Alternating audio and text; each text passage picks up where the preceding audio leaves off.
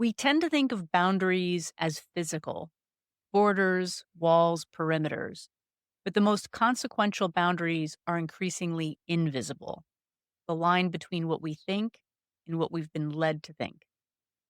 Karina, are we underestimating how permeable we've become? And where do you see those boundaries breaking down?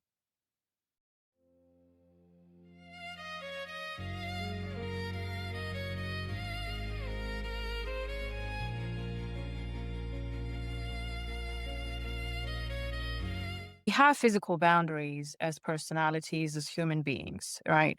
That's where physical boundaries, like cognitive boundaries, physical, like the brain boundaries, are real, right? So we become more permeable in that regard when we're speaking about being bombarded with all sorts of toxic information. Everywhere we have a screen, we absorb all this information. It goes into the subconsciousness. It's how the human is working. We become permeable because we're being bombarded with all of this information. We are more exposed than our ancestors. There are boundaries to be kept when it comes to cognitive hygiene or cognitive defense. But we are not only that, we are also this energy.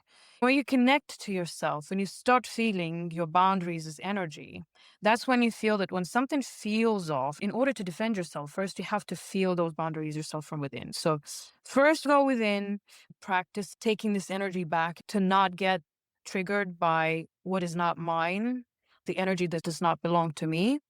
You're maybe in an office with thousands of people. That's a lot of information to actually process because we process all information all the time, all the physical cues. We have this computer that analyzes everything, every little smirk, the tonality of voice. There's a lot of information. So we have to learn to filter out a little bit of that noise. So, Feels like even just the awareness of recognizing that we're permeable is really important because we're in our own heads. We're thinking about our thinking. We think we are our thoughts, yeah, and we don't imagine that we are this energy field that is affected by other things and we affect other things. And just having that right. awareness is power. How do you define PSYOPs today? What's fundamentally changed in terms of actors, tools, and proximity to ordinary life? So I don't think that anything changed much when it comes to fundamentals. I'm not going to try to make it more complex than what it is. Actually, it's really simple. The human brain has never really evolved. It doesn't evolve that fast. So what used to work 100 years ago or 200 years ago still works. It's just today, like I said, we are being bombarded with that. If back in the days, as a medium of psyops, that would be a newspaper, right? Or maybe a radio station. But we didn't actually constantly used to be exposed to this information that is being fed into our system all the time. Today, the surface is bigger because our phones, our TVs, our computers, everything is basically a military technology that is used to deliver all sorts of information. It's psychological technology that still does the job. We can brainwash each other, we can manipulate each other through words. Right? There's the natural linguistic programming, NLP, there's hypnosis, suggestibility, the suggestions, like the repetition over and over and over and over again. It's not actually super complex to deliver that. And today, it's just a bigger attack surface because we're digitalized. I think we are lacking just the fundamental knowledge of how the human brain works. And the adversary is using that against you, be it a politician, be it a marketing agency, a company that needs to sell something to you. They will implant a decision into your brain using ads. Right? That's actually weaponized psychology. I recently had Alec Harris, a security and privacy expert, on recently, and he was talking about the perimeter from a hardware, software, cyber perspective. But what you're describing is it almost feels like it's less that something is being done to us than it is something we're living inside of. Now, let's look at that from the perspective of the mind rather than the device. And they're getting blurred. Yeah. The other thing I'd love to talk, and this is so perfect that you teed this up. I think most of us think that we're making rational decisions. I'd like to think that I'm making rational decisions, But as you talk Me too, about why it's sometimes. so important to know our brains, because when you know you're not like, "Listen, I'm a human, and a lot of times I'm on autopilot." That's so Mhm. important, what you're talking about is that knowledge. Some years ago, there was a show I really loved, but there's a show called Mad Men, and it was talking about the height of advertising in the '60s in New York, these Madison Avenue guys, and they'd had this fancy presentation about clever ways of marketing, and this is exactly what you were saying, is Mhm. starting to integrate psychology, and you could see the manipulation at play. At first, it was like, "Buy this widget, it's good," and then the field matured, they started to, let's say, sell disinfectant to the housewife who was made to feel afraid that there were germs on their kitchen floors, or selling acne cream to teenagers who were frightened of being ostracized, or making Yeah. middle-aged men feel young and attractive by selling them a sports car, you know? So Yeah. this manipulation, even at that consumer level, it's been happening for a while. But what you're talking about is, hey, now technology is evolved so far that Yeah. marketing is now being engineered with such precision. What are your thoughts about how this has moved from general influence to highly targeted cognitive shaping? When I was studying UX design, you studied the psychology of colors. Even the shape and the color would actually nudge the person to click on it. Right? That's in the digital design of how the web page is being designed. Then you have the software in the back end of it that is going to analyze whenever you change the size of the font, it gives you the conversion rate per font style. And we're not even considering the data that we already had in marketing agencies, where you have the psychographics of your ICP, right? Because whenever you're, for example, you are a coffee company today. Back in the days, you would go to a marketing agency and they would have some information on the consumers, right? They would know that Lily drinks coffee because she's buying it from a X, Y, and Z market, that amount, and et cetera, et cetera. Today, with all the apps and all the tracking that we have, we can check, for example, on Google Maps, where I'm going to drink coffee, how much I pay via my digital wallet, right? All of these data points are going into the search engines algorithms that further use that for Google Ads, etc., right? But it's basically data extraction from the user without their knowledge to build a very precise profile with all of your preferences. It knows you better than you know yourself because you're not tracking all this information. I don't know how many times, what's the conversion rate when I go to a different website? I don't track myself, but they do. And they know how much coffee do I drink, what kind of websites do I go to, what kind of information I read, and they know what type of content to target towards me to nudge me towards a specific, again, decision or opinion. That's also very important, right? When it comes to like forming an opinion of what's going on in the world, right? The attack surface today is extreme. And anybody who believes that they are actually sovereign and autonomous in their thinking process, it's very dangerous to believe so. I think this is where you get the most attacked, when you really believe that what you're thinking is really you and that your mind is not shaped 24/7 by external information. If you don't know how to filter it out and how to expose yourself away from the screens towards things that you really decide that you want to read, books, I think this is a great weapon against it. Just read really high quality scientific books.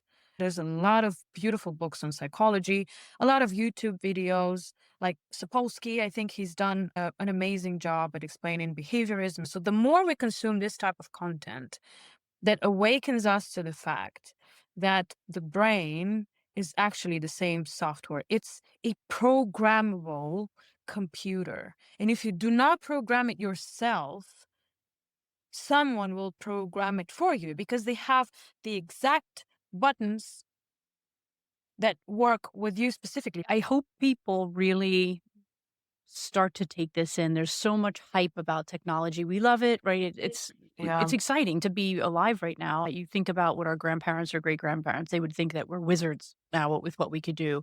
So there's that excitement, but I think it's so important, and why I was so excited to have you on is that people really need to understand. all of these things and to walk more consciously and to make more intentional decisions, taking on these thousands and thousands of data points and building complex models about who we are. Of course, do we really think we could sustain not being hacked by someone who has that Right. amount of information? I love Hmm. that you're describing the mind almost like an operating system, that can be compromised. And I'm thinking that beyond a rational thought, that these systems are working directly on subconscious processes, things like fear and trust and habit. And it's less about convincing people logically. As you were saying, it's things like repeated login prompts until someone goes, oh, forget it, just click approve or make it stop, or the urgency framing, the email or the text that says act now. Here in New York recently, there's a new wave of text messages that are coming out that look very legitimate, coming from the police saying you have a ticket and you need to pay Oh, it, or you're going to be, it's so impersonating authority figures that people yeah. instinctively are going to defer to. This feels less like persuasion and more like exploitation of our architecture. What are the most effective mechanisms being used? And to your point earlier, like at some point, influence just becomes indistinguishable from our own thinking.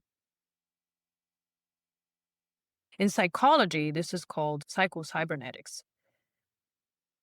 In marketing, this is called neuromarketing. In cybersecurity, it's called social engineering. It's all one and the same thing. I don't want anyone to think that people who are susceptible to this, that there's something wrong. We're human, but I would say there's another component, which is emotion. I'm a very responsible citizen. So if I get a text message that says, hey, we flagged you on the speed radar, immediately it's going to have a visceral response to me. And Of my guard course. might be more down than if it's saying, transfer $1 million to some bank and, somewhere. Using emotional boundaries as an entry point, I think in the examples we used before, the housewife and the middle-aged man or the teenager with Hmm. acne, that's really preying on shame, fear, Yeah. guilt, insecurity. Today, you see that plus fear, outrage, urgency, right? Everything's Yeah. been really amplified, Yeah. and even general excitement gets weaponized. You were talking about this is really interesting because you were talking about colors before. I lived in London for a few years, and when I moved back to the US, I started to notice things I hadn't seen before. Something as simple as the weather forecast. So in Mhm. BBC weather, it's pretty matter of fact, it's going to rain usually. Yeah. Here in the US, sorry, my London friends, but so here in the US, even the weather is an event. So one local New York station here uses, they call it red alerts for something as simple as rain in the forecast. And as Uh-huh. you said before, giant red graphics, red alert. And the weatherman is walking on a set that looks legitimately like it could be a Pentagon situation room. It just feels like emotional dynamics is being so used in influence systems now. I'm wondering your thoughts on what makes people more susceptible to some of these use of emotions. It's because the reptilian brain, right? People who want to exploit your decision, your reasoning, they know that the animalistic part of the brain in all the human beings, no matter how smart you are, works the same. There's the Kahneman's book that's speaking about the two system, think fast and slow, right? So Hmm. the fast thinking system has been it's really easy to hack. I've heard a situation in Dubai a few years ago when I was talking to one of my clients, and they were talking about someone in their family got a fraud alert. Basically, it was the elder in the family, the grandpa, received a call, a fake call with fake voice generated by his nephew, and he was saying that I'm in the hospital. Can you please send me some money? It's terrible, but this is how people are hacked. And it's not about technology anymore. Same thing goes with the marketing, right? The decision hacking mechanism. It shouldn't be legal, actually. It shouldn't be legal, but it is, unfortunately.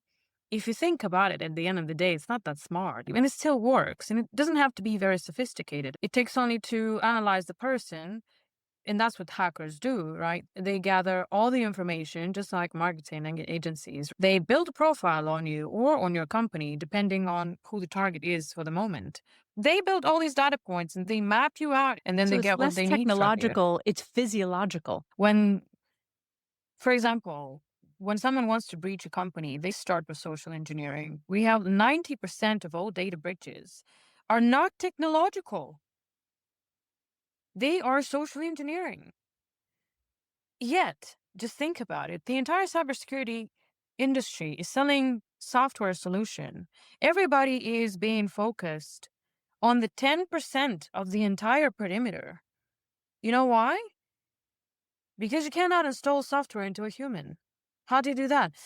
You can sell billions and billions of contracts into hardware, into all sorts of like scanning technology, detection technology. It still gets hacked, by the way. For people to not be delusional, security doesn't really exist, to be honest. Because when you become a target, you're just getting breached. We can look at FBI, we can look at CISA. So many times hackers showed that, like, guys, it's really non existent. But the industry has to keep on selling certain solutions. And every time I speak with people in the cybersecurity industry, I ask them, "But what do you do about the human layer?" Unfortunately, there's not enough training in this industry to make people aware that it's not even a cybersecurity thing. It's not a digital security thing. It's a personal security thing. And it's really hard to secure the brain. We have to ask ourselves, how do we actually achieve that? How we get into the personal defense, into the mind defense in a cognitive war situation? Because politicians want you to vote for them. They will exploit your will because that's what they need as an output, right? It's your responsibility to know how it works, how propaganda works, to keep the mental hygiene, to keep autonomy. One of the components has been the importance of relational connection, which I want to talk to you about because I think that's one of Mm. the defenses and that's sort of the other side of this. But, I think many of us are feeling that the world is worse than it was and it's scary and what can we do? And I think I came to the realization a long time ago that it's not a top down approach or a top down solution, it's a bottom up. And exactly to the point that you're saying, it's got to start with each one of us.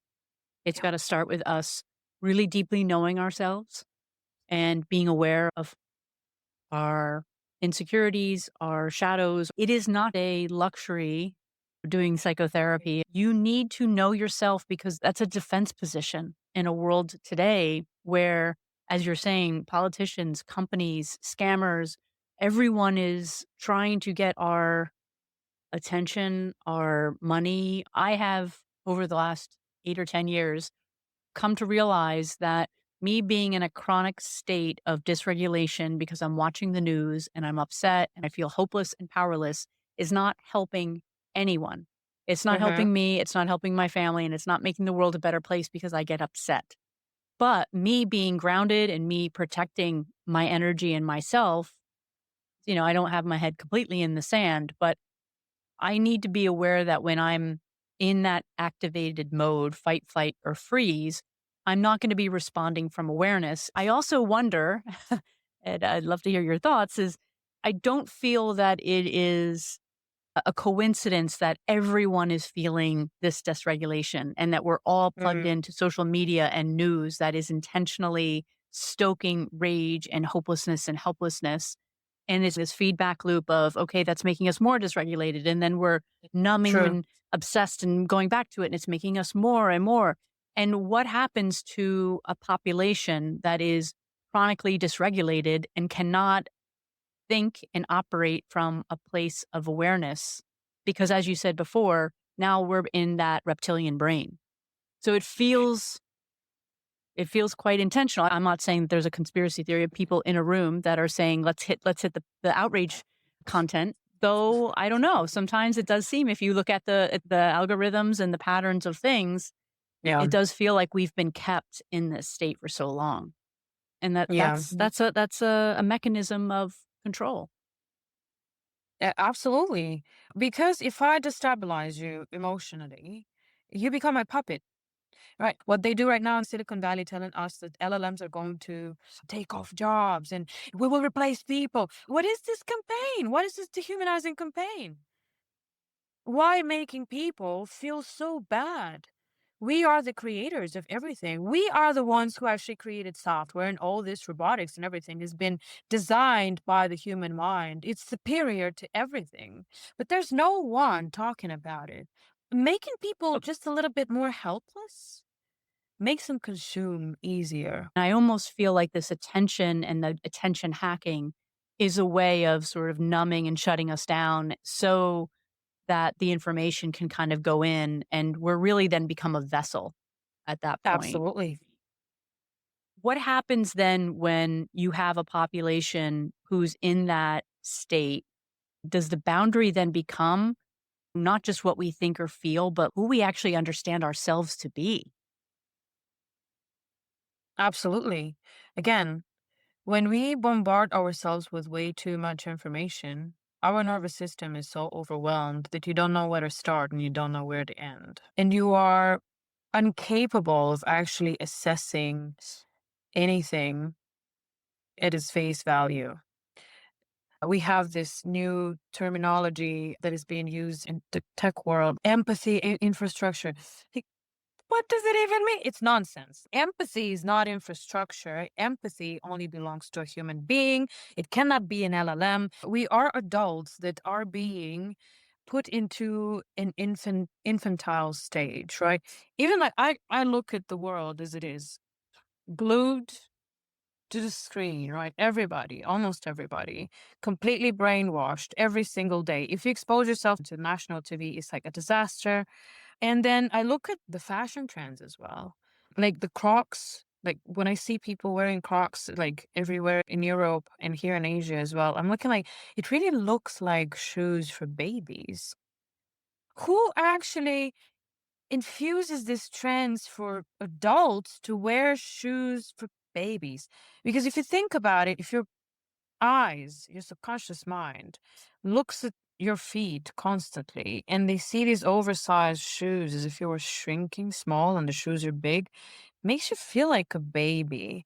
More suggestible, more looking for dad's approval, mom's approval, looking up to the government to tell me what I should think, when I should cut my grass. Then there's also a new, I saw it like 2 years ago, the new some stuff that you put on the bag and then it's like a big teddy bear, like a big teddy bear. And I was like, this is like for kids. Yeah, but it's very like it's a new fashion. But you are 45. I mean, you don't have to follow all these things because it's just fashion, right? It's so absurd. It almost feels like someone's testing. Like it's just like Yeah. someone's like, let's see if a 45-year-old listen, and I love a teddy bear, but I'm not gonna have a teddy bear on my work bag. But it's so interesting to It see is like just the cute, you most know? ridiculous thing we could do to see if they'll do it. Yeah, and they still and people adopted. And they did it was through Kim Kardashian, right? And all this gym wear that shouldn't be even like on the streets. What is this? All of a sudden, like, did you lose your taste? And like maybe sometimes you want to wear something else. Not everybody's like going to the gym. I'm looking at like a game, like maybe Sims or stuff like that. And I'm looking at all of this. Like 90% of people are just characters in a game to me. And Mm. they don't understand that they've been completely brainwashed to adopt the same face. They go do their noses and everything to look like someone, like a template. They are being clothed as templates and they pay for that. That's the whole thing. It's the most beautiful thing that marketing could ever do using like psychology to actually hack the human brain so badly that people pay to be a Yeah. template. Like we get wiped out. You're speaking about personality. What is personality? Is something authentic. Me, I'm only me, and there's no one like Rena. The way she is with her character, the way she's speaking, sometimes she's sweet, sometimes she's not. And I think it's cool and it's me anyways. I'm not gonna be willing to please anybody because I love me the way I am. If you are being brainwashed, and this is how you can spot people right away. When you have a personality, you decide for you what you're gonna dress like, what your face is gonna look like, how you're gonna talk. You're not gonna be afraid to go against the masses. All right. This is called authenticity. This is the centricity. This is the personality untouched. And when you're being breached, all right, and you're being injected this infected code that you have to be a copy paste version of something that is being shown on TV because it's cool, it's the new trend. And give me your money because you're not lovable. You see, if you fix yourself a little more to look like this template, like a Barbie doll, now you are more lovable and more respectable. And this is how we create a generation of lookalikes that don't have an opinion, that don't have a personality, that don't have a sovereign mind. We basically wipe out the human in a way. Yeah.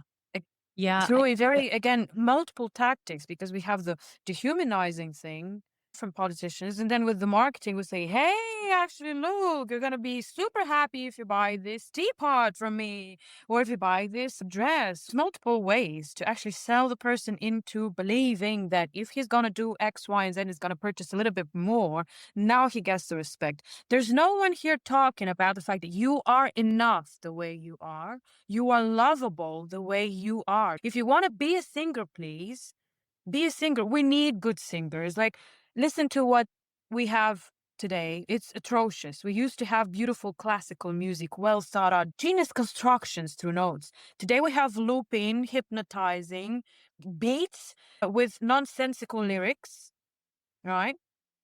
And we're thinking that is cool.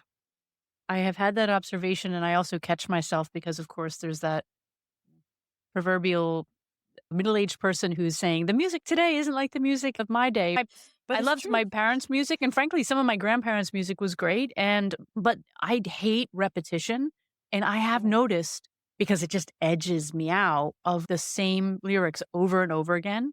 I love science fiction and fantasy, but the amount of graphics and AI in film production, you can see the downfall of Marvel IP, for example. It just got to a point where I mean, yes, the graphics were remarkable, but I didn't feel anything. I'd walk out of the theater and I was like, "What did I just see?"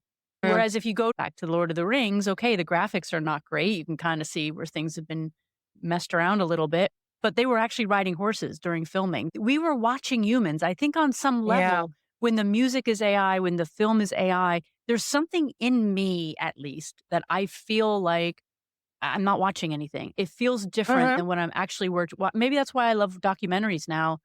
It just feels like it's something real, whereas 2 hours That's can go right. by in a Marvel movie, and I walk out and I couldn't tell you what the plot line was, what was funny. It was just a as you said, it was a template where that's what we're watching. Template people, template movies. It's efficient and cost effective, maybe, and now we're seeing it with relationships. So I recently had Oh. Dr. Lewis Klein on, and we were talking about relational coherence, right?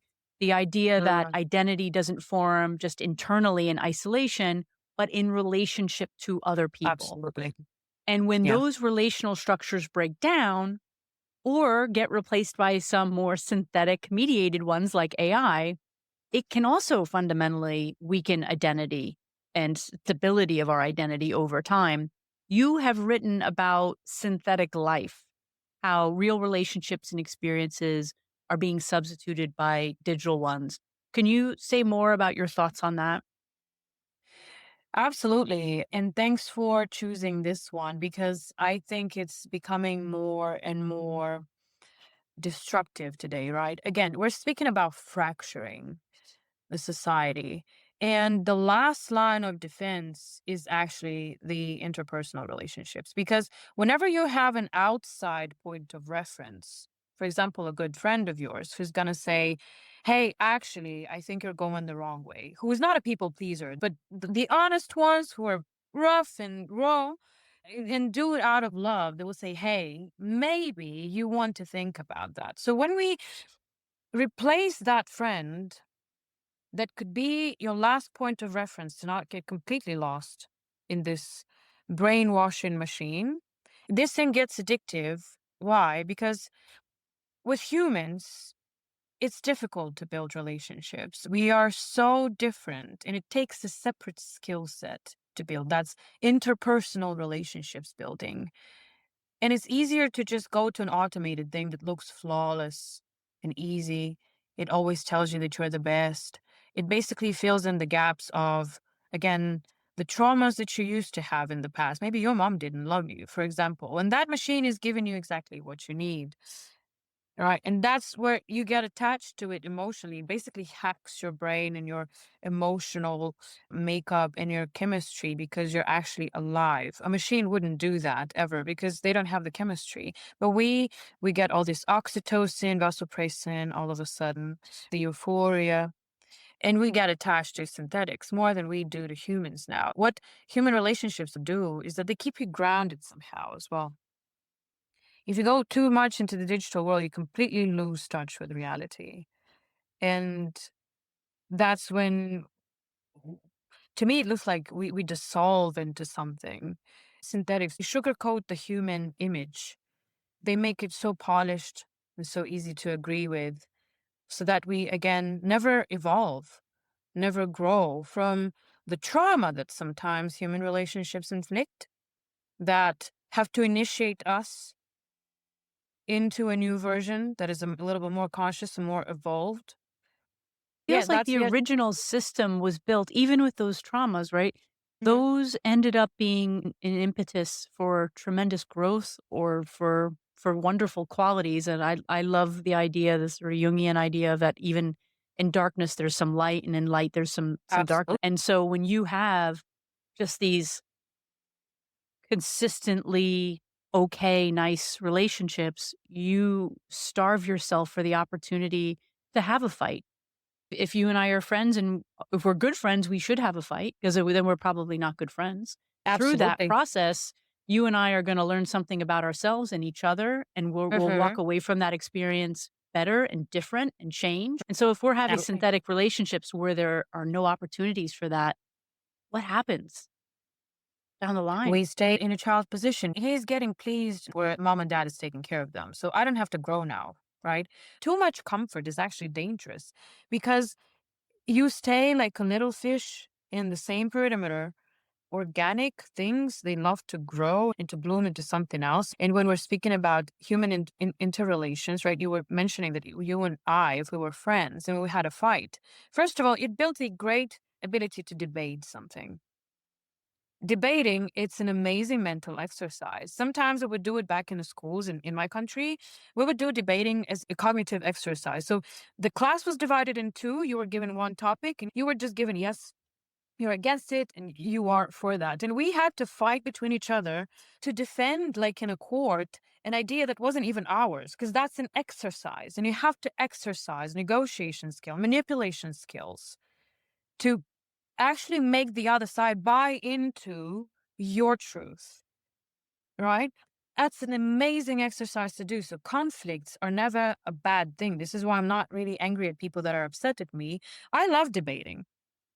But you strike me as someone who's so you're self-secure, you don't personalize things unnecessarily, so you can go through that cognitive exercise and That's right. find it curious and interesting, and you also strike me as someone who is so smart and curious that, "Hey, change my mind. I'd like to hear your point of Sure. view." I find if you've never changed your mind in your life, there's something wrong. True. I want people to change my mind. I have friends that I will say something and they'll be, well, actually, da da da da da, and they'll tell me something, and I'll go, that's really, you know what? I can see what you're saying. And I'll walk away and I don't feel bad or less than or embarrassed Yeah, because that's what we're supposed to do. We're absolutely. supposed to, we're supposed to grow. This is what being a teenager and being in your 20s is when you couldn't wait to get your license and get out and you were outgrowing your tank and you wanted to move Mhm. into the next thing. And what strikes me as you're talking, I'm thinking about now they've made the tank so safe and comfortable, Yeah. and everything outside of the tank is scary and hard that people Mhm. don't feel like there's no urgency, right? The statistics, at least here in the US, I don't know what they're like in Europe or Asia, but kids don't want to get their driver's license. They don't want to move out of the house. They don't want to date. Mhm. Feels like there's a shrinking.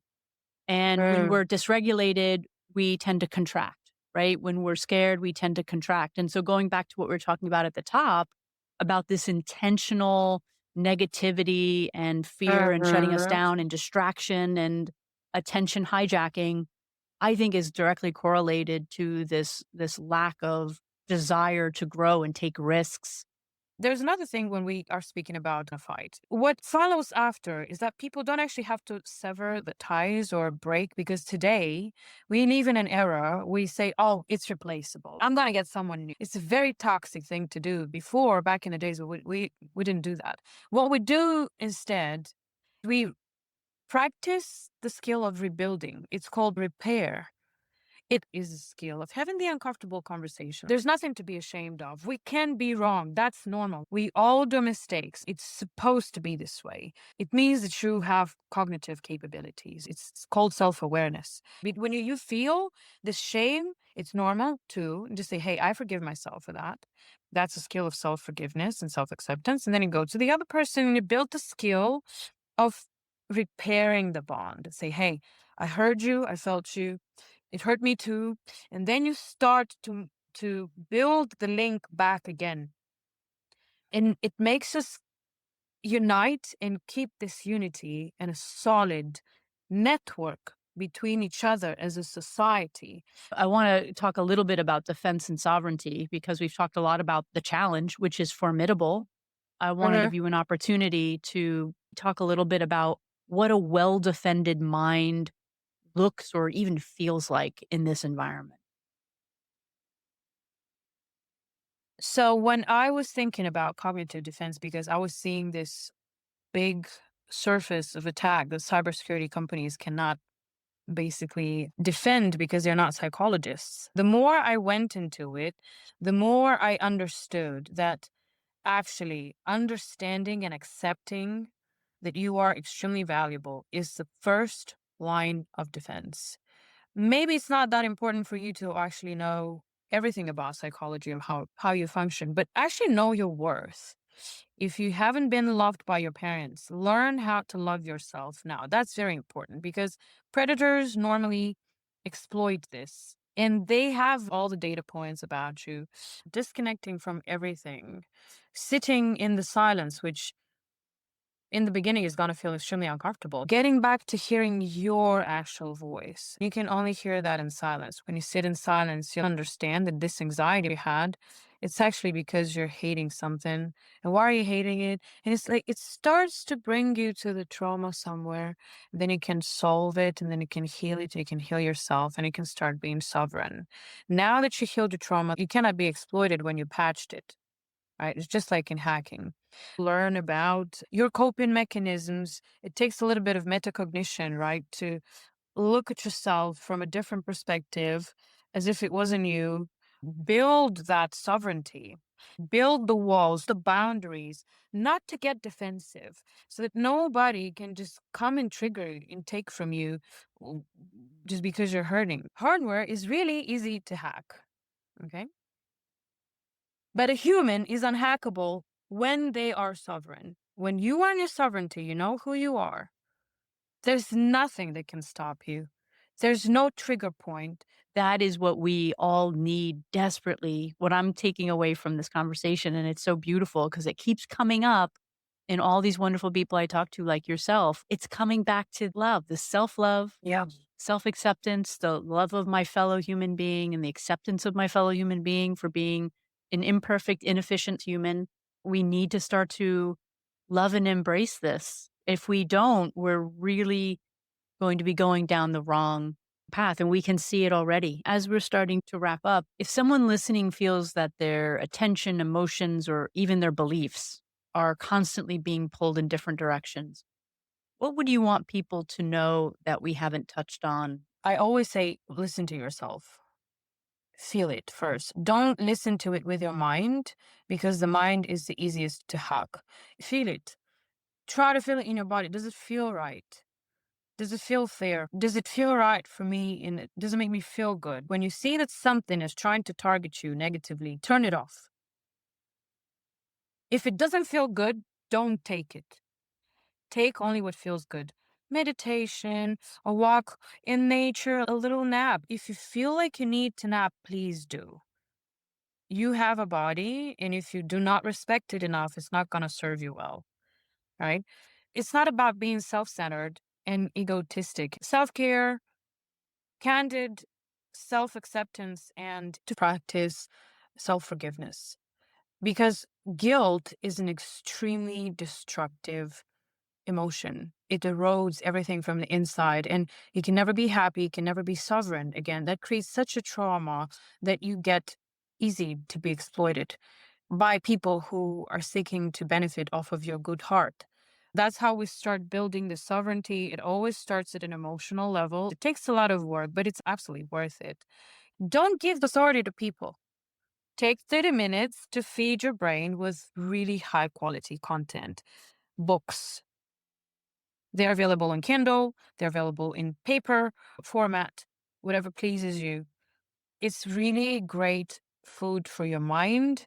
And then you start to gradually practice autonomy based on your data set that is in the brain. So, whenever information comes through a third party, you apply critical thinking and you start asking questions. Does it make sense? Because if you knew how economy works, you would know that humans are not replaceable because it's going to collapse the system that we have right now. What I'm talking about is not some pill, it's not some subscription, it's knowledge that can be installed into the brain and it stays there forever. That's the beautiful thing about it. You create it in your brain, and once it's there, there's nothing that can stop you in your life, in your in your well-being, and then in your cognitive defense capabilities. And it's something that each one of us can do today. We don't need anyone else. We have the tools. Yeah, To me, that's like the perfect framework for the cognitive self defense that we've been talking about today. And it's something that we can build and grow on. All the skills that you've mentioned are also going to benefit our health, our relationships, our performance at work, right? These are good foundational skills to have. They're not just for what we're talking about today, but they're really necessary. Karina, thank you genuinely. This is the kind of conversation same I here. could have for another 3 hours over many, many cups of tea or wine. There are at least 2 other, maybe 3 other episodes I can think of today, right now, that we could continue talking about on different topics. So I'm hoping that this is the first of many to come. Your thinking Absolutely. is sharp, your writing is gloves off and challenges everything, but it's also funny as hell, which is not an easy combination to pull off. I'm gonna put the links in the show notes. I really do. I as I experience you talking to you live or reading you, you don't have something to sell. You're doing this because you care, and that really comes through. You're looking out for folks, and you're asking Mm, people to look out for themselves, and I feel like that's a really beautiful thing, and I think that's going to be your legacy. absolutely. I'm So already working on something bigger where I'm actually going to give out a lot of tools. And I thought about it for a long time who I'm doing it for. I want to say that I do it more for the new generation. I think that we as grown-ups had the chance and the opportunity to actually build those skills because we had no internet. That was a great environment. And unfortunately, what children are being brought up into today, it's actually the fish tank. And I want to build tools and information that I wish I had if I was in school or 10 years old right now. please let us I know. I'd love to promote it. Jonathan Haidt came out with this Anxious Generation book where he talked about his oh, concerns specifically about the impact of social media on kids. And now there's legislation in Australia and other countries to age gate many of these tools. So I think the amount of impact you can have is tremendous. Thank you for doing what you do, and thank you for your time today. Been so generous. thank Thank you. you. I'm looking forward to our next conversations, Mary. Thank you so much for your time and for being a beautiful soul that spreads light because knowledge is light. In times of darkness and ignorance, knowledge is the light. That's the perfect ending. You just nailed it. Mic drop. Thank you.